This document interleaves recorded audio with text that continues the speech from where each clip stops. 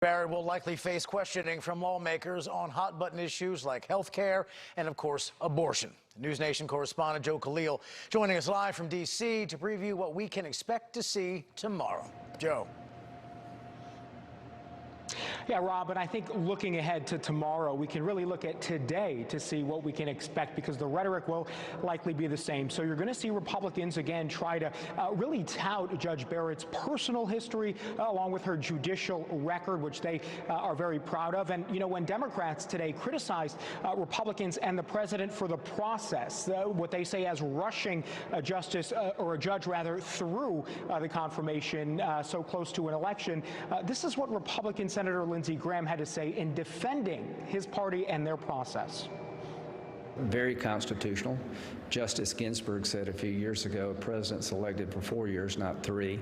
The average time between nomination and hearing is 16 days, over half. Less than 16 days. We meet that criteria. So I'm good with the process.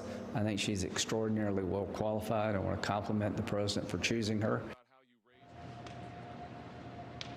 Yeah, now Republicans defended Judge Barrett against attacks against her Catholic faith, which may have looked a little strange if you were watching from home, because there was not one Democrat senator today who said anything about Judge Barrett's faith. But that defense, according to Senator Graham, was prompted by questions in the past, which a few Democrats have asked during hearings when Barrett was nominated in lower courts.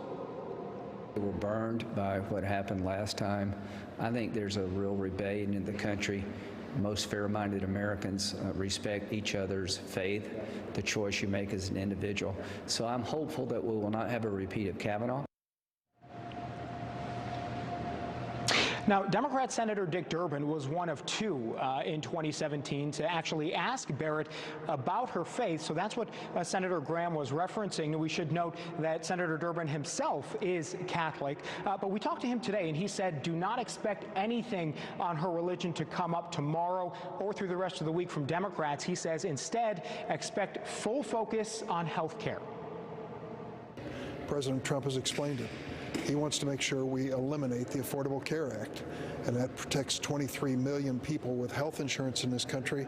It protects over 100 million with pre-existing conditions so they can afford to buy insurance. But the president has said he wants Judge Barrett to go to the court and eliminate the Affordable Care Act.